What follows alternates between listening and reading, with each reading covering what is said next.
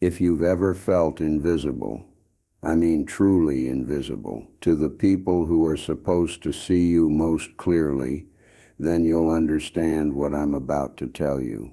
My story isn't about the creaks and groans of an old man's bones, though my children would love for you to believe that.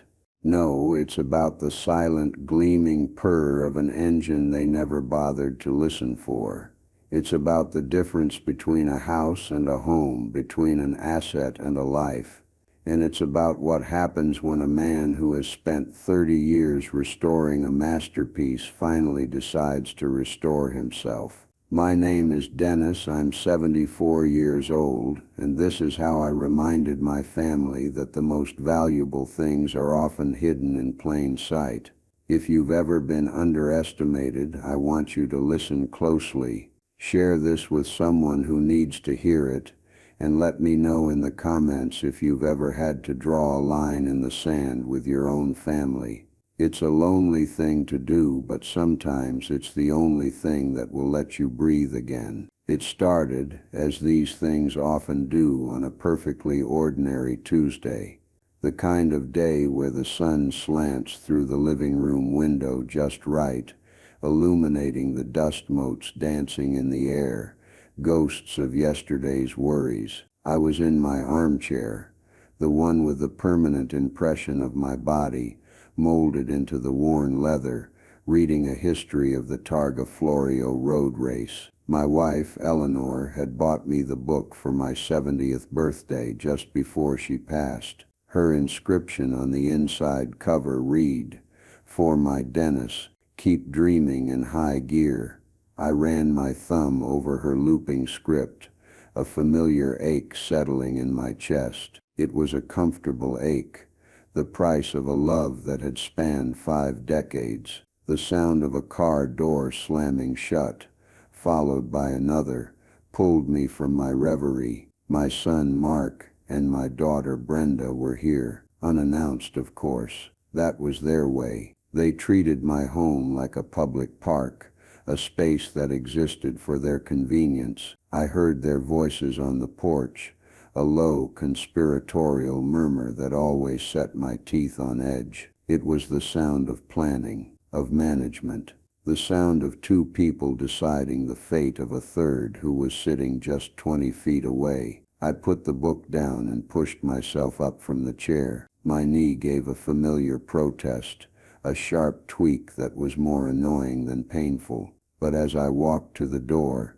I made sure my gait was steady. You learn to perform, you see. When your children start looking at you like a piece of antique furniture that might tip over at any moment, you learn to stand a little straighter, to hide the wince when you bend down, to pretend the small print on the medicine bottle isn't quite as small as it is. I opened the door before they could knock. They stood there, pasted-on smiles and eyes full of purpose. Mark, my firstborn, the golden boy, 48 years old, with a soft paunch that spoke of too many business lunches and a hairline in full retreat. He wore a crisp polo shirt and the kind of expensive watch I'd have to work a month to afford back when I was still working. Brenda, 2 years younger, was his echo. She had the same determined look, her purse clutched like a shield. She was the logistics expert,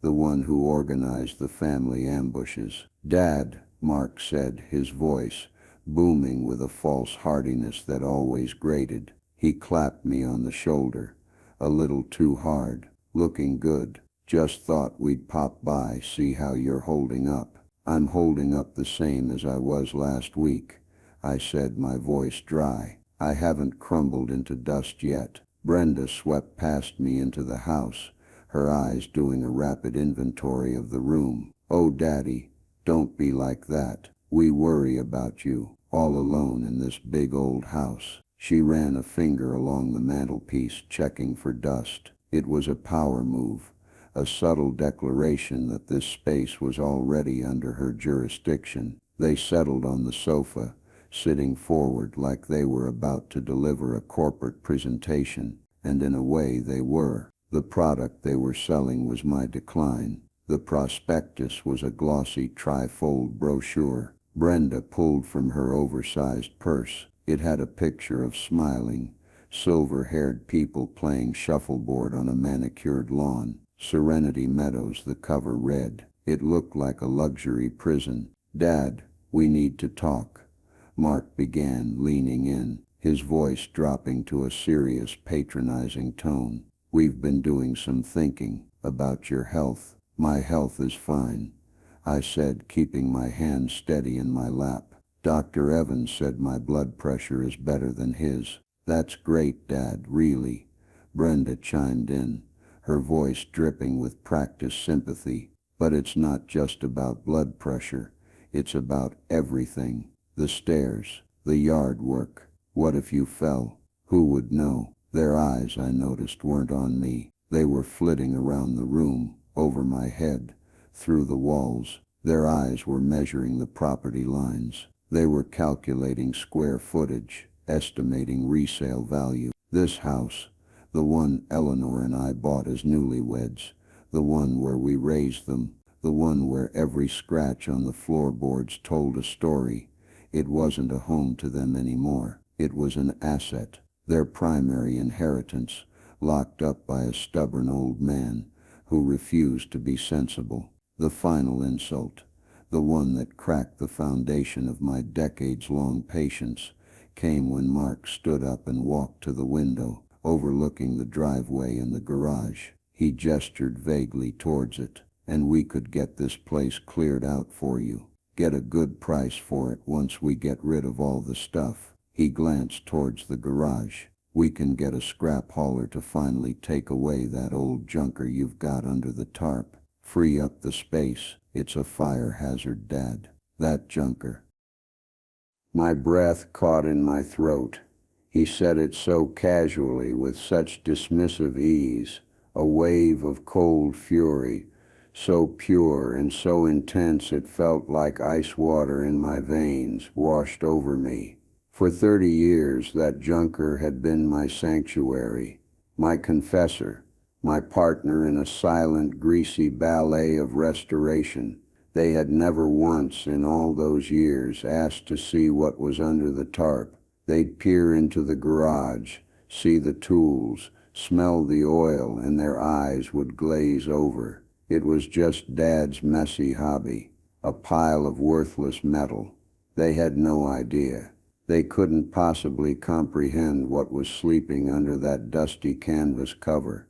It wasn't a junker. It was a 1937 Bugatti Type 57S, an Atalante coupe, to be precise. One of the rarest, most beautiful cars ever made. A rolling sculpture of teardrop-shaped aluminum and raw, untamed power. I'd found it in a barn in France in the late 80s. A forgotten wreck, a ghost of a car. I'd spent 30 years of my life, my savings, my soul, meticulously bringing it back from the dead. Every nut, every bolt, every stitch of the leather interior was a testament to my patience and my passion. It was worth more than this house. It was worth 10 times what this house was. And my son, my golden boy, wanted to call a scrap hauler.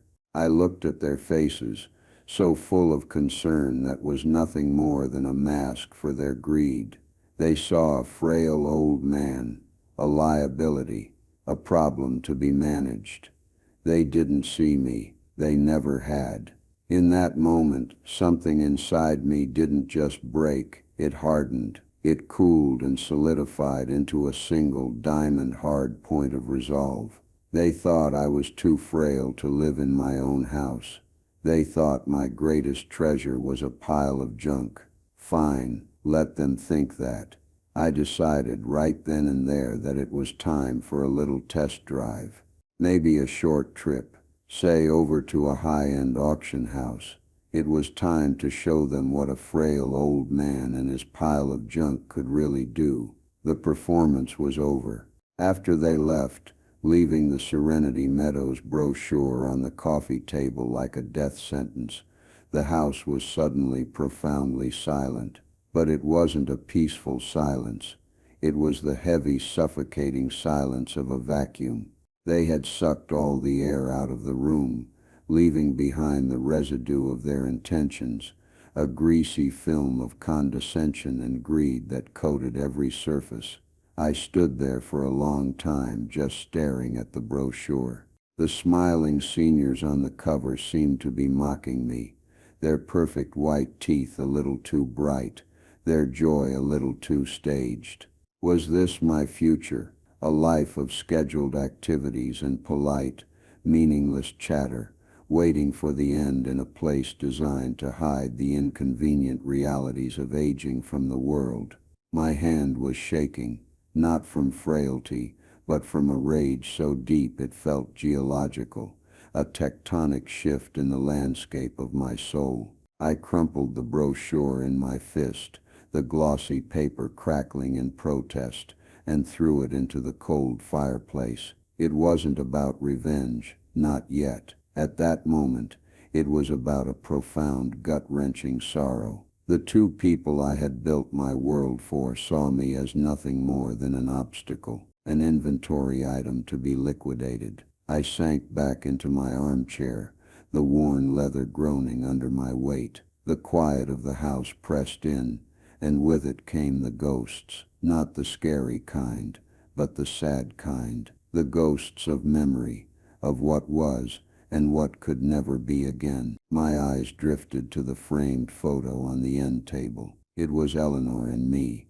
standing in front of this very house on the day we moved in. We were so young. I had a full head of dark hair, and she was leaning into me, laughing, her eyes sparkling with a future that felt as wide and endless as the summer sky behind us. We had poured everything into this house, our sweat, our savings, our arguments, our laughter. I'd laid the patio stones in the back myself one by one, while Eleanor brought me lemonade. We'd painted the kids' bedrooms, holding them up so they could put their tiny paint-smeared handprints in the corner of the closet, a secret signature only they knew was there. Did they even remember that? Or had the memory been paved over by the asphalt of their busy, important lives? My mind drifted further back, to the garage, to the beginning. I remembered the day I found her. The Bugatti. It wasn't in some pristine collection.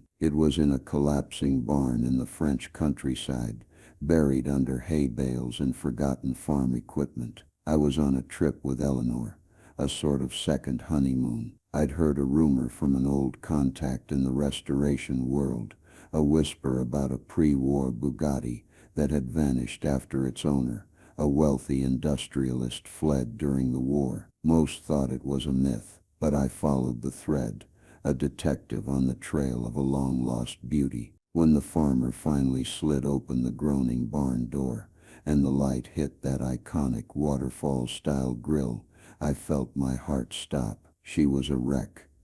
There was no doubt. Tires rotted away, paint blistered and peeling, the interior a feast for generations of mice. But the lines, oh, the lines were still there. The perfect sweeping curve of the fenders, the dramatic slope of the tail. It was the automotive equivalent of finding a lost Da Vinci in an attic. Eleanor stood beside me, her hand slipping into mine. She wasn't a car person.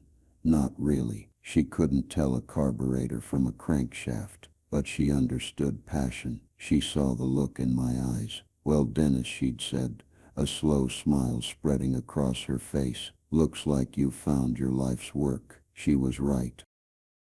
We used a chunk of our savings to buy it and ship it home. It was our secret, our grand, absurd project. My children were teenagers then, wrapped up in their own worlds of football games and high school drama. When the massive crate arrived, they'd glanced at the chassis, the tangle of wires and rusted metal, and shrugged. "What's that old thing, Dad?" Mark had asked before turning his attention back to his reflection in the hallway mirror. It was just another one of Dad's greasy projects.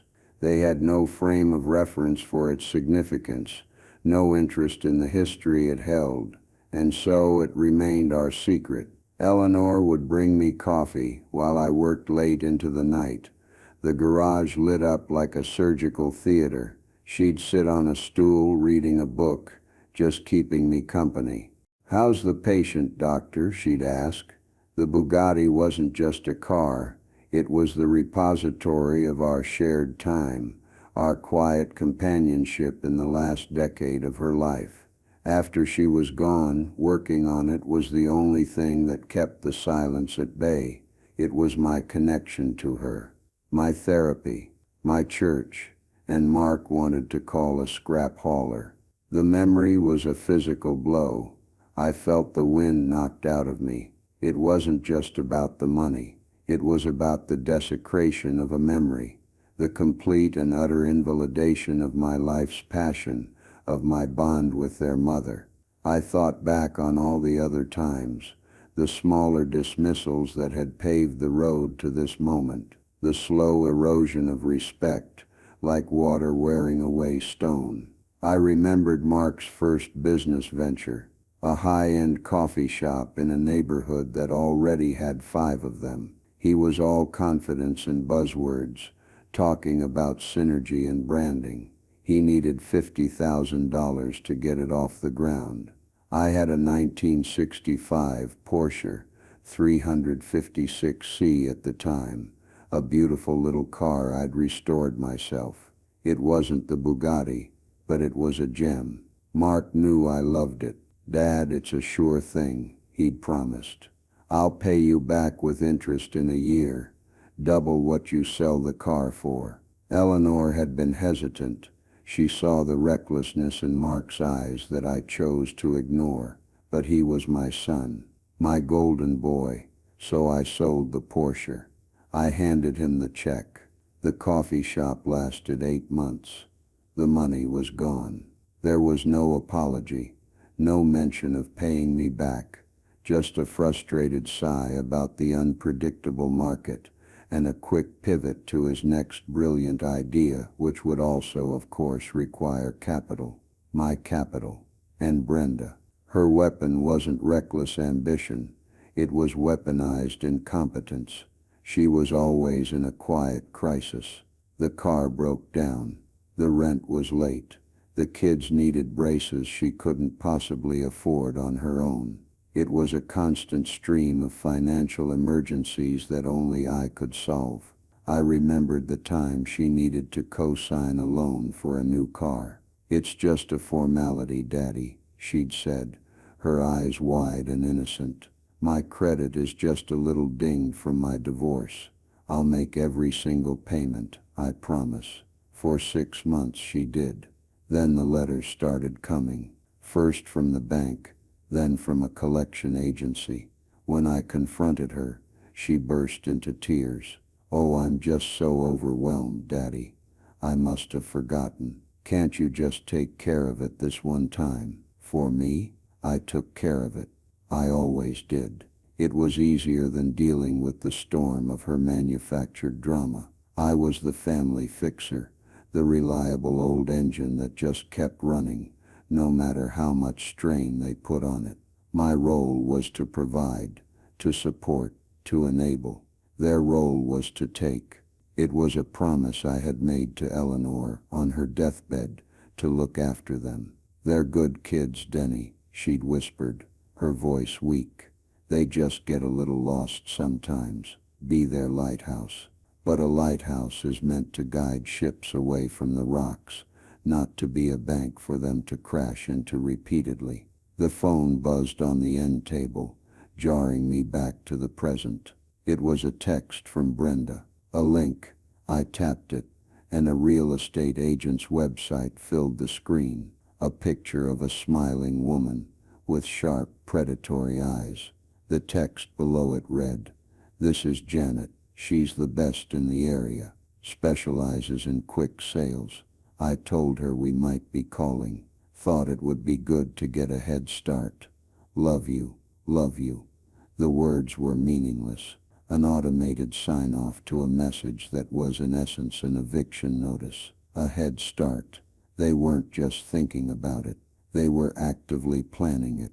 They had already contacted a realtor. The coldness of it, the sheer, unadulterated transactional nature of their concern, finally extinguished the last embers of my sorrow. The sorrow was gone. What remained was cold, hard, and clear. I stood up, my knee not even registering a complaint. I walked to the window and looked out at my garage. It stood there, unassuming, its faded paint and slightly crooked door belying the treasure within.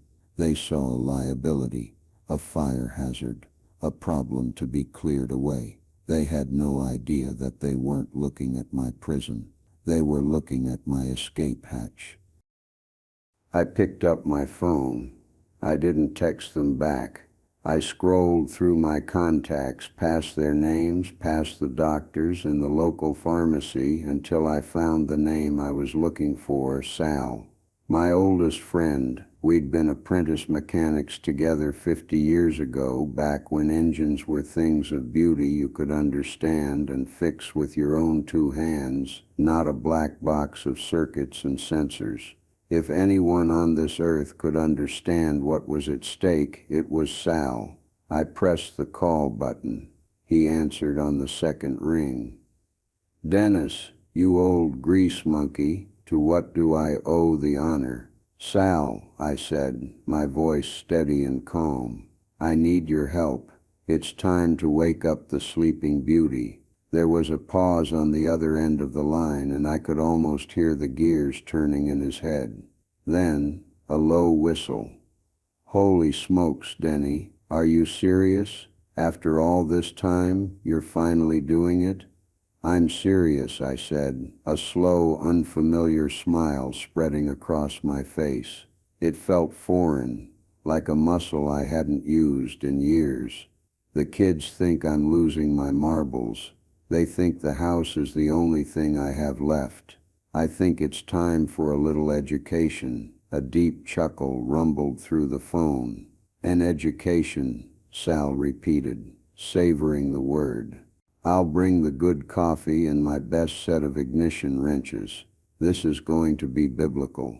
In that moment, a new feeling began to bubble up inside me, pushing out the anger and the sadness.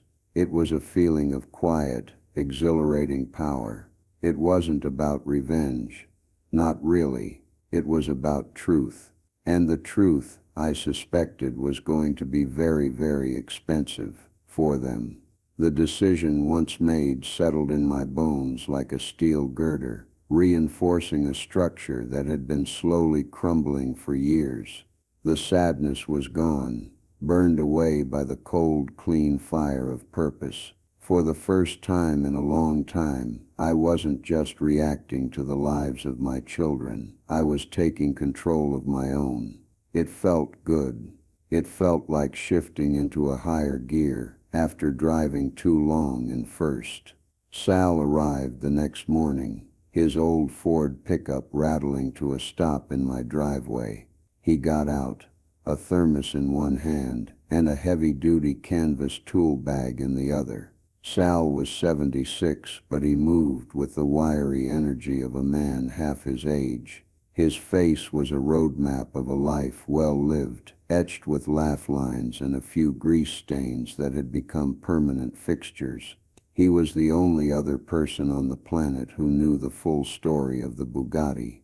He'd been there for some of the late-night frustrations, the moments I was ready to give up, and he'd always been the one to say, "Take a break, Denny. She's been waiting 70 years. She can wait till tomorrow."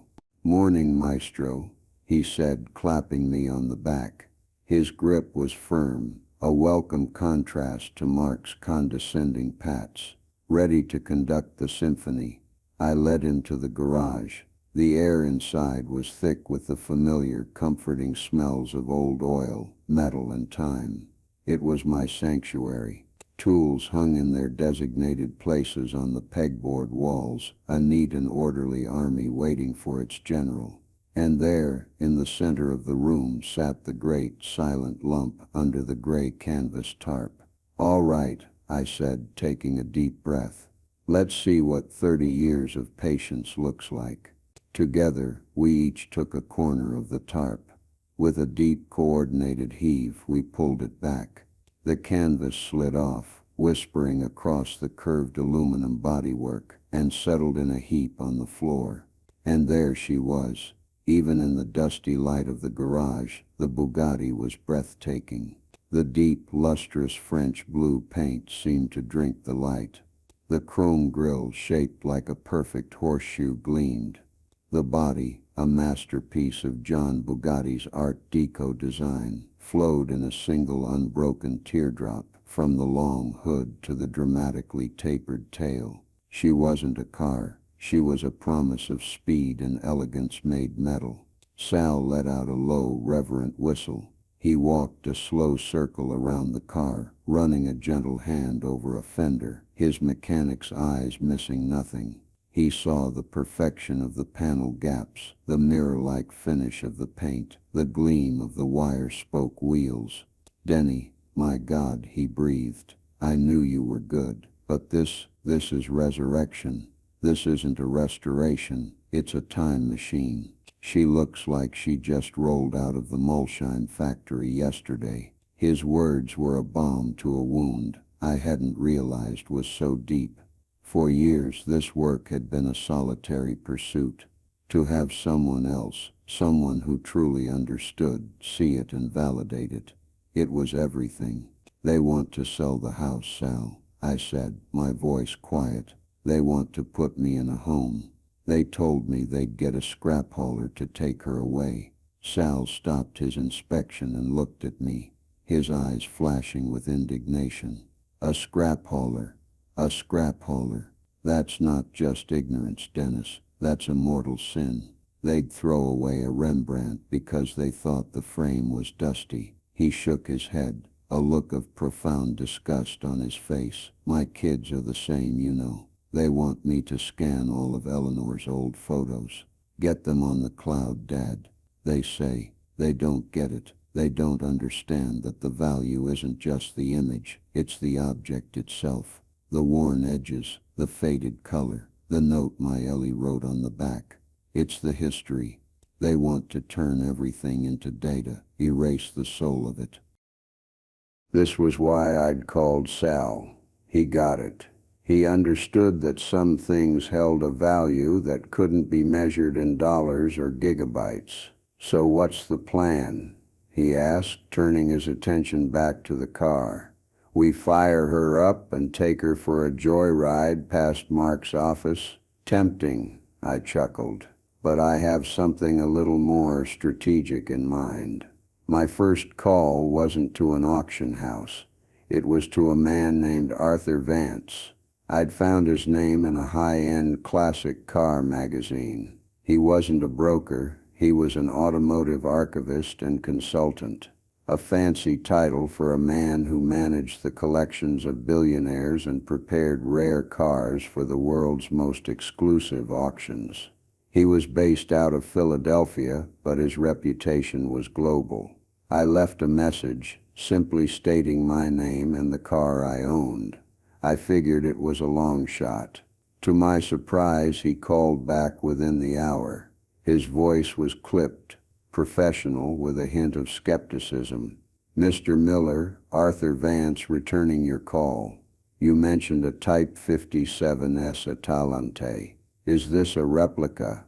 "No, Mr. Vance," I said calmly. "It's chassis number 57502, the genuine article."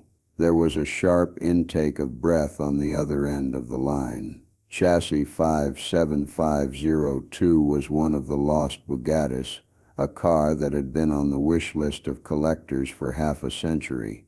"That's a bold claim, Mr. Miller," Vance said, his tone shifting from skeptical to intensely interested. "Do you have documentation?" "I have the original bill of sale from 1937. The shipping manifest from when I brought it over from France in '88, and a photographic record of every step of the 30-year nut and bolt restoration I performed myself. I also have the original engine, gearbox, and chassis plates, all numbers matching." The line went silent for a full 10 seconds. I could hear the faint sound of him typing on a keyboard. "Where are you located, Mr. Miller?" "Just outside of town," I said. "But that's not important right now. What I need from you is advice.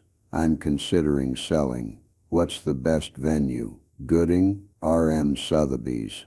With a car of this provenance, if it is what you say it is," he said, his voice now laced with excitement. "You don't go to them. They come to you. A car like this. This isn't just an auction lot, Mr. Miller. This is an event. This is the centerpiece of the entire catalog. We could be talking 8 figures. 8 figures. I knew it was valuable, but hearing it stated so plainly made my head spin. 10 times the value of the house was an understatement. My next call was to a lawyer, not the family lawyer Brenda always recommended, a slick fellow named Peterson, who always seemed to be on their side. I found a new name, a woman who specialized in elder law and estate planning, a bulldog according to her reviews. Her name was Evelyn Reed. I met with her the following day. I laid out the whole story, the kids, the house, the Serenity Meadows brochure, and the Bugatti. She listened patiently, her face unreadable, taking meticulous notes. When I finished, she leaned back in her chair. "Mr. Miller," she said, "your children are making a classic and frankly ugly mistake.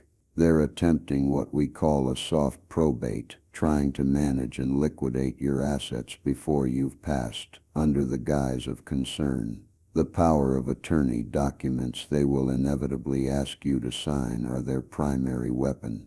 "They haven't asked yet," I said. "Oh, they will," she said with a grim smile. "When they realize you're not complying with their suggestions, they'll escalate. They'll want control of your finances, of your medical decisions. We need to get ahead of that, immediately." Over the next few days, Evelyn and I worked quickly and quietly. She drew up a new will, one that was ironclad. She helped me create an irrevocable trust, a legal fortress to protect my assets. The Bugatti, once sold, would have its proceeds deposited directly into this trust. I would be the sole trustee and beneficiary during my lifetime. The house, my bank accounts, my pension, everything was transferred into the name of the trust. On paper, Dennis Miller, the individual, was about to become a man of very modest means. The Dennis Miller Trust, however, was about to become extraordinarily wealthy. The final piece of the plan was the most difficult. The beneficiary of the trust, upon my death. My hand hovered over the paper. All those years it was an unspoken assumption that everything would go to Mark and Brenda, my lighthouse duty. But a lighthouse keeper doesn't owe a duty to pirates who want to dismantle the lighthouse for scrap. "What do you want to do, Dennis?" Evelyn asked gently. I thought of Eleanor. I thought of her inscription in my book. "Keep dreaming in high gear." What would she want? She'd want me to be happy. She'd want her memory to be honored, and she would have been appalled by her children's greed. 50%, I said, my voice firm, "will establish a foundation in my late wife's name, the Eleanor Miller Foundation for Artisans. It will provide scholarships and grants for young people learning skilled trades, mechanics, welders, cabinet makers, people who work with their hands, the kind of people my kids look down on." "And the other 50%, Evelyn asked. I thought for a moment. A part of me, the old wounded part, wanted to cut them out completely, but that felt like their game. It felt like hate. I didn't want to live with hate. "The other 50% will be split between them," I said, "but with a condition. They cannot access the principal until they are both 65 years old. Until then, they only receive the interest, and only if they complete a certified financial literacy course every single year." Evelyn raised an eyebrow, a flicker of admiration in her eyes. "A golden leash," she murmured, "forcing the golden children to learn some responsibility. It's poetic and legally sound." While the legal paperwork was being drawn up, Sal and I worked on the car. It wasn't a restoration anymore. It was a recommissioning. We drained the old fluids, charged the battery, checked every wire and hose. The day finally came to start the engine. "You want to do the honors?" Sal asked, holding out the key. I shook my head. "We do it together." I sat in the driver's seat, the rich smell of the Connolly leather filling my senses. The cockpit was snug, the big steering wheel feeling solid and real in my hands. Sal stood by the open engine bay, ready with a fire extinguisher. Just in case, I turned the key. The fuel pump ticked, a steady rhythmic heartbeat. I pressed the starter button. The straight-eight engine, silent for 3 decades, turned over once, twice, and then erupted into life with a deafening, glorious roar. It wasn't a rough, sputtering cough. It was a clean, crisp, angry snarl that echoed off the garage walls. It was the sound of a sleeping giant waking up. Sal and I looked at each other and broke into wide, incredulous grins. The sound was pure, unadulterated life. It was the sound of my own heart, starting again. The plan was in motion. The pieces were moving into place on a chessboard my children didn't even know existed. The silence from my end was beginning to unnerve them. They'd called and texted a few times, asking if I'd thought about our chat. I'd replied with simple, non-committal answers. Still considering it. Lots to think about. My passivity was a weapon now. They assumed my silence was compliance, the slow acceptance of a defeated old man. They had no idea it was the quiet before the storm. The day arrived. Arthur Vance, the consultant from Philadelphia, had arranged everything with the discreet efficiency of a secret agent. A top-tier enclosed vehicle transporter was scheduled to arrive at 10 a.m. The destination was a secure, climate-controlled facility near the auction house, where the car would be photographed and prepped for its grand debut. Sal came over early, a nervous energy crackling around him. "This is it, eh, Denny? The first shot in the war." "It's not a war, Sal," I said, polishing a final smudge from the Bugatti's fender. "It's a declaration of independence." We rolled the car out of the garage and into the morning sunlight. It was the first time she'd been outside in 30 years. The French blue paint exploded with a depth and brilliance that the garage lights could only hint at. She was magnificent, a piece of automotive royalty gracing my humble suburban driveway. Neighbors, who were used to seeing my reliable old sedan, came out of their houses, staring, pointing, their morning routines, forgotten. Right on time, a massive gleaming black truck and trailer, a rig more suited to a Formula One team than a quiet residential street, pulled up in front of the house. The driver, a professional in a clean uniform, got out and approached me with a clipboard. He looked at the Bugatti, his professional demeanor cracking for a moment. "Wow," he said. "Just wow. I've transported Ferraris for rock stars and Porsches for princes, but I've never seen one of these in the flesh." The process was meticulous. The hydraulic lift gate on the trailer lowered with a soft hum. We carefully guided the car onto the platform, its engine silent now, its presence alone commanding respect. As it was slowly raised and drawn into the dark, protective cocoon of the trailer, I felt a pang of separation, like sending a child off to college. But it was followed by a surge of adrenaline. The first move had been made. I didn't realize my neighbor, Mrs. Gable from across the street, was on her porch, phone in hand. She was a notorious gossip, the central node of the neighborhood information network, and as I would later learn, her daughter was in Brenda's book club. The truck pulled away, and the street returned to its normal sleepy quiet. Sal and I stood on the empty driveway, the oil stain where the Bugatti used to sit, the only evidence it had ever been there. "Now what?" Sal asked. "Now," I said, pulling my wallet out. "We wait, and I'm buying you lunch. The best steak in town." The first call came 2 hours later, while Sal and I were halfway through our porterhouses. It was Brenda. I let it go to voicemail. A minute later, my phone buzzed with a text. "Brenda, Mrs. Gable's daughter just called me. She said a giant truck took your old car away." "What's going on?" I showed the text to Sal. He grinned. The first tremor. I didn't reply. I wanted them to stew in the pot of their own ignorance. An hour later, Mark called. I ignored it. Another text. This time from him. "Mark, Dad, pick up the phone. Brenda's freaking out." "What was that car? Did you sell it for scrap? You should have let me handle that. I could have gotten you a couple $100 for it."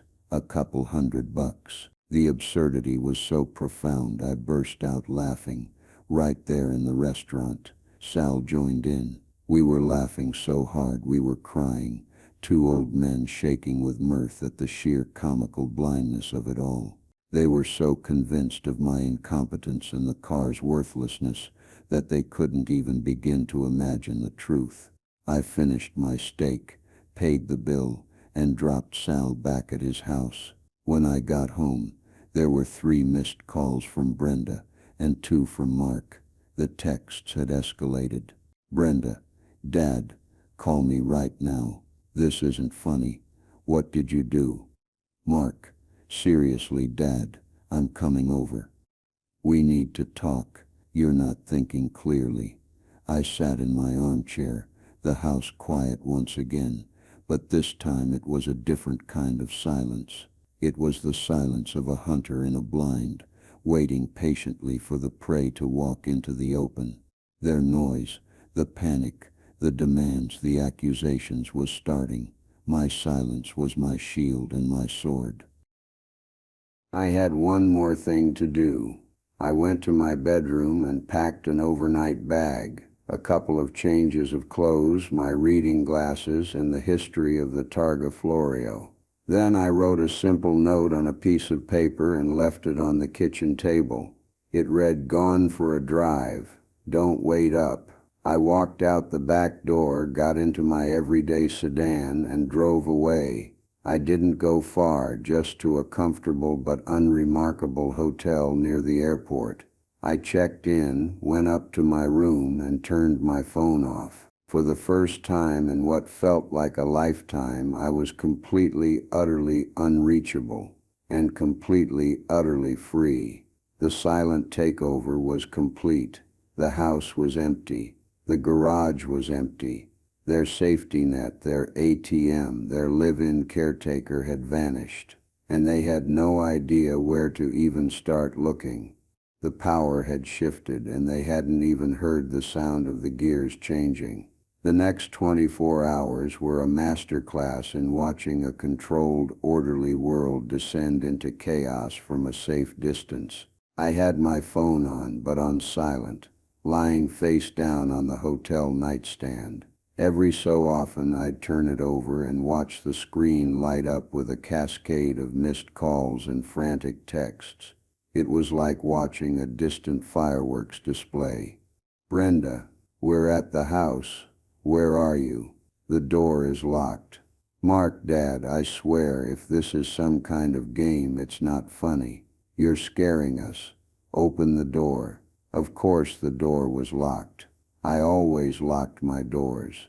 The fact that this surprised them spoke volumes about how much they saw my home as their own territory. Then came the escalation. "Brenda, we went in the garage. The car is gone. All of it." "What did you do, Dad? Did someone steal it?" "We're calling the police." I smiled. "Let them. What would they report?"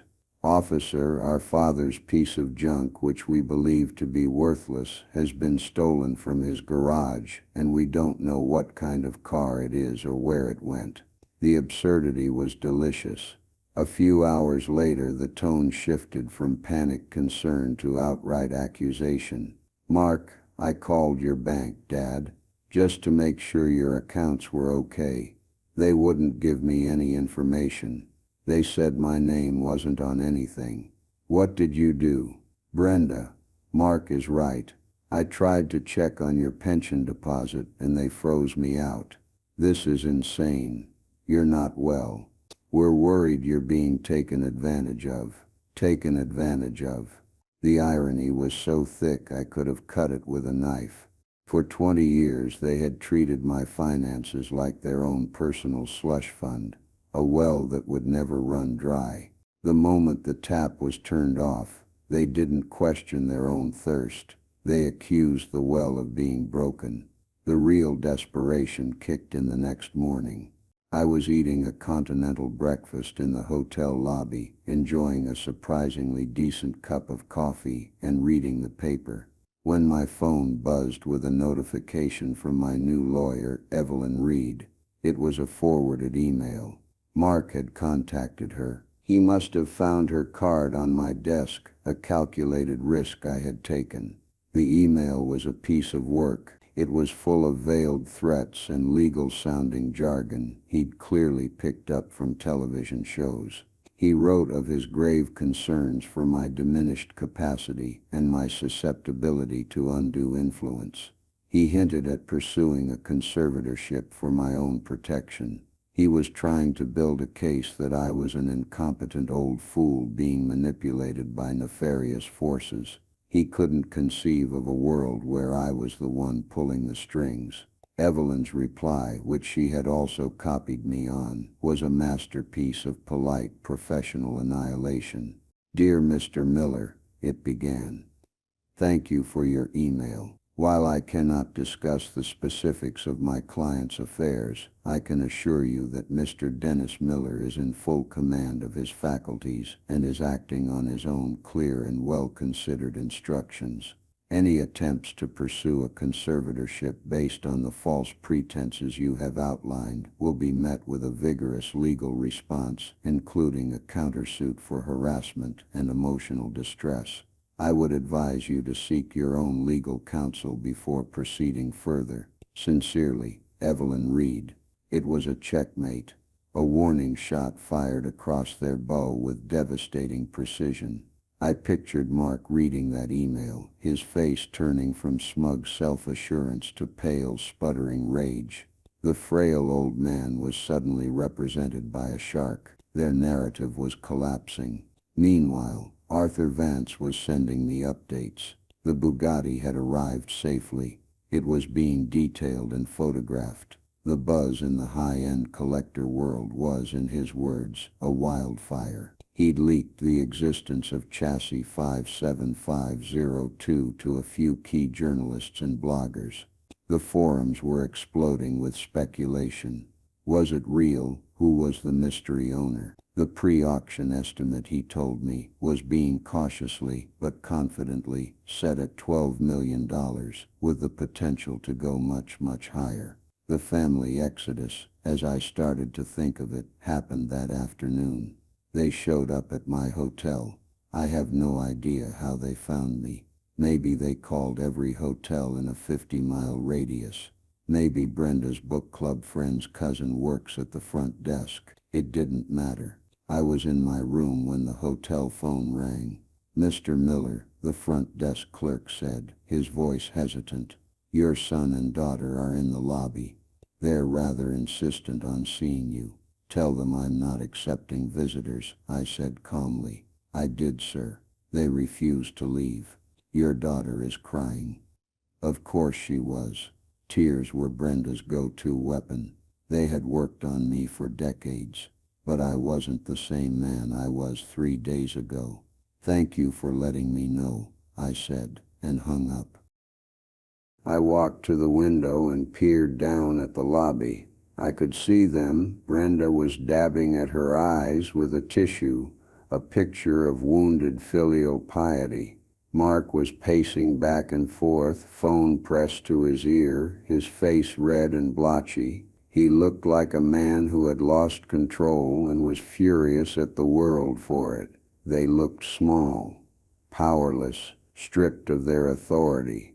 They were just two middle-aged people throwing a tantrum in a hotel lobby. I watched them for about 10 minutes. They argued with the manager. They tried to get the elevator. They were politely but firmly rebuffed at every turn. Finally, defeated, they stormed out, slamming the glass door behind them. It was a strange feeling watching them retreat. There was no triumph, no gloating, just a quiet, sad certainty that this was a chasm that could never be uncrossed. They had come here not out of love, but to regain control. They had come to get their hands back on the levers of my life, and when they found the machinery had been changed, they didn't know what else to do but yell.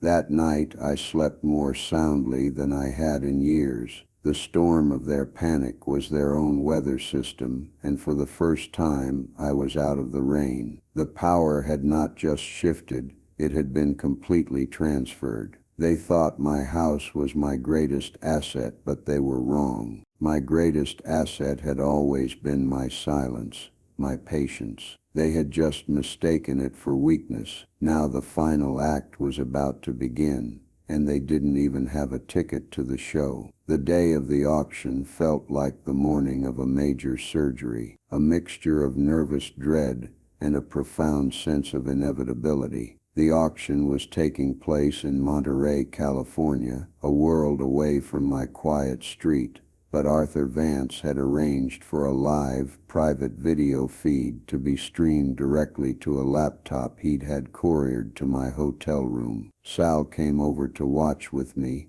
bringing a bag of donuts and a thermos of coffee, just like old times. He was vibrating with an excitement that was both thrilling and calming. "Today's the day the world meets your girl," he said, setting up the laptop on the small desk. "Terrified," I admitted, "and calmer than I've been in years. Does that make any sense?" "Perfect sense," he nodded. "You've done the work. The rest is out of your hands." The feed flickered to life. We saw a cavernous room, packed with well-dressed people speaking in hushed, reverent tones. Spotlights glinted off dozens of incredible machines, a rolling museum of automotive history. But there was a palpable sense of anticipation in the air. Everyone knew what the main event was. The auctioneer, a man with a silver mane and a crisp British accent, was working his way through the earlier lots. A beautiful Mercedes 300 SL Gullwing sold for $2 million. A Ferrari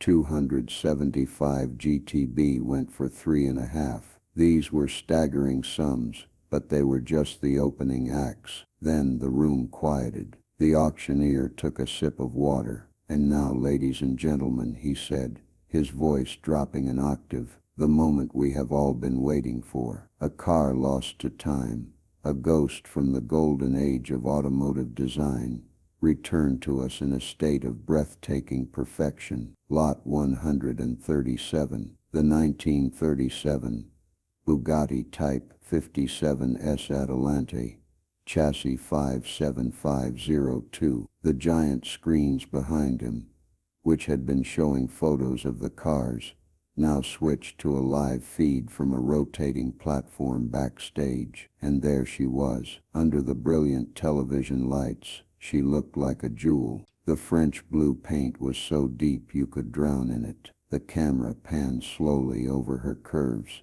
lingering on the riveted spine that ran down her back. The room was utterly silent. You could hear a pin drop. "We have an absentee bid to start the proceedings," the auctioneer said, almost conversationally. "We will open the bidding at $10 million. A collective gasp went through the room. Sal grabbed my arm, his knuckles white. $10 million, just to start. $10 million on the phone, the auctioneer confirmed. "Do I hear 11? 11 million from the gentleman in the front row." "Thank you, sir. I have 11.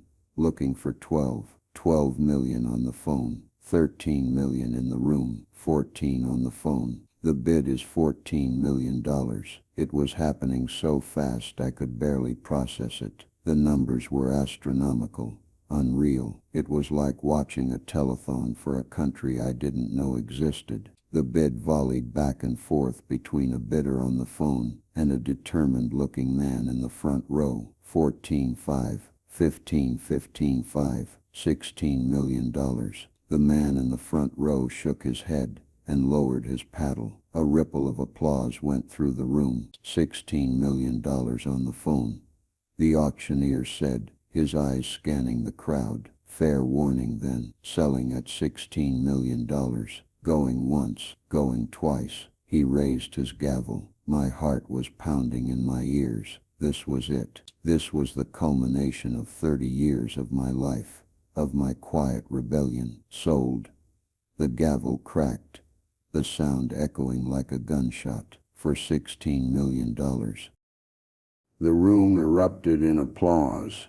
Sal was on his feet, yelling, "Yahoo! You did it, Denny, you did it." He was hugging me, pounding my back, and I was just sitting there, numb, staring at the screen where my beautiful car was slowly rotating, now the property of a new anonymous owner. $16 million. It wasn't real. My phone, which I'd set on the table, began to ring. It was a number I didn't recognize. I answered, my hand trembling slightly. "Dennis," a voice said. It was Brenda. She sounded different. Not angry, not crying, she sounded hollowed out. "Yes, Brenda," I said. "Mark found a live stream of the auction," she said, her voice barely a whisper. "We just watched. We saw everything." I waited. For the first time I had nothing to say. The silence was hers to fill. $16 million, she breathed. For the junk in the garage. There was a long pause. I could hear Mark yelling something in the background, muffled and furious. "He's saying it was family property. He's saying you stole it from us, that the money belongs to all of us." And there it was. Even now, even after witnessing the impossible, their first thought wasn't wonder. It wasn't pride. It wasn't even curiosity about the 30 years of secret passion I had poured into that car. It was entitlement. The money. It was always only about the money. A strange calm settled over me. The numbness receded, replaced by a crystalline clarity. The last vestiges of the old Dennis, the family fixer, the quiet enabler, evaporated in that moment. "Brenda," I said, and my voice was as steady as a surgeon's hand, "let me be very clear, so you and Mark can understand. That car was not family property. It was my property. I bought it. I restored it with my own 2 hands. The money is mine. The house you were so eager to sell, it's already in the process of being sold. The proceeds, along with the money from the auction, have been placed into an irrevocable trust that I, and I alone, control." "A trust," she stammered. "What do you mean? What about us?" "You and Mark have been named as beneficiaries," I said, "after I'm gone. But you won't be touching a dime of the principal. You'll get a small allowance from the interest, provided you prove you've learned how to manage your own affairs. Consider it a long overdue education." Mark must have snatched the phone from her because his voice, raw with fury, suddenly blasted into my ear. "You can't do that, you old fool. We'll fight you. We'll take you to court. We'll prove you're incompetent." "Go ahead and try, Mark," I said, and for the first time I felt a flicker of something that might have been pity. He sounded like a child. "I have Evelyn Reed on retainer. I have a 30-year photographic record of my hobby, and I have $16 million. What do you have? A failing business and a mountain of debt. You were hoping I'd pay off with the sale of my home, the one you were going to kick me out of." I let that hang in the air. The line was silent except for his ragged breathing. He had nothing. His bluster was gone. His power was an illusion, and he knew it. "My new life starts today, Mark," I said, my voice softening slightly. "I suggest you and your sister start figuring out how to live yours, without me as a safety net. It's time you both grew up." And with that I ended the call. I turned to Sal, who was looking at me with a mixture of awe and pride. "Well," I said, a slow smile spreading across my face, "I think I've earned that steak dinner now." The vindication wasn't in the money. It was in that final, beautiful, liberating silence after I hung up the phone. It was the sound of my own life finally beginning. It's been 6 months since that day. 6 months since the gavel fell and my world and theirs tilted on its axis. Life is different now. It's quieter, but it's a good kind of quiet. The kind you can think in. The kind that lets you hear your own heartbeat. I sold the house. The day I handed the keys to the new owners, a young family with kids who were thrilled about the big backyard, I didn't feel a single pang of regret. It was just a building. My home, I realized, was never about the four walls. It was about the life Eleanor and I had built inside them, and that I carry with me wherever I go. I didn't buy a mansion or a penthouse. I bought a modest, comfortable bungalow with a large, state-of-the-art workshop out back. It's smaller than the old house, easier to manage. My new project sits in the middle of the workshop, covered by a fresh, clean tarp. It's a 1957 Jaguar XKSS, another barn find, though not nearly as valuable as the Bugatti. It's a wreck, needing everything. I figure it'll keep me busy for the next 10 years. It's not about the money. It never was. It's about the work, the joy of bringing something beautiful back from the brink. The Eleanor Miller Foundation for Artisans is up and running. Evelyn Reed,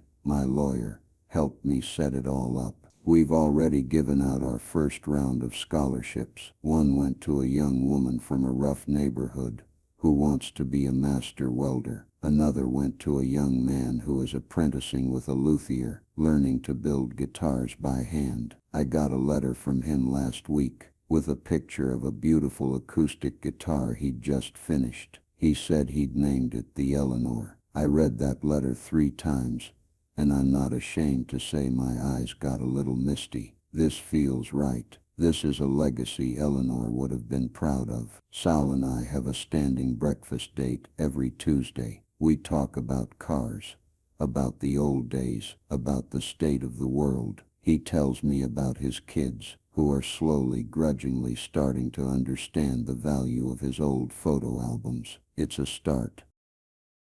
As for Mark and Brenda, I hear things, whispers through the grapevine.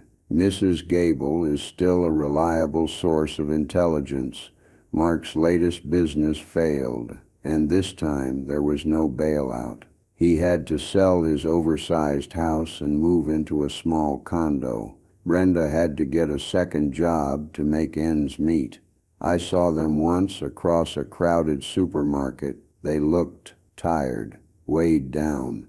The easy confidence they always wore was gone, replaced by the strained look of people who are constantly worried about the next bill. They saw me too. For a brief second our eyes met.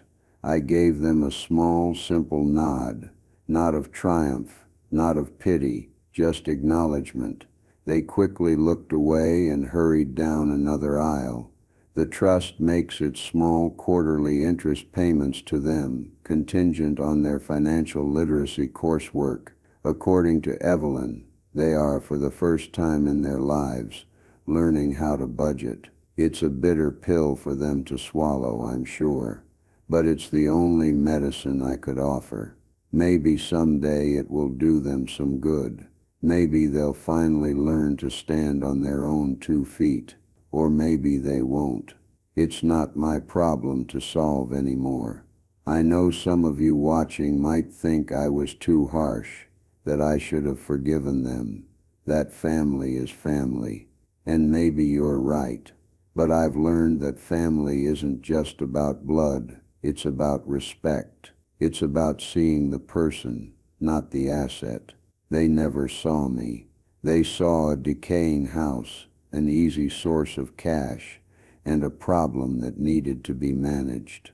They measured the property lines of my home, but never once tried to measure the dimensions of my heart or the depth of my passion. They mistook my quiet nature for weakness. They mistook my patience for senility. They looked at a masterpiece and saw only junk. In the end, it wasn't about the money or the revenge. Not really. It was about taking back the narrative of my own life. It was about proving, if only to myself, that I was more than just a stubborn old man in a big house.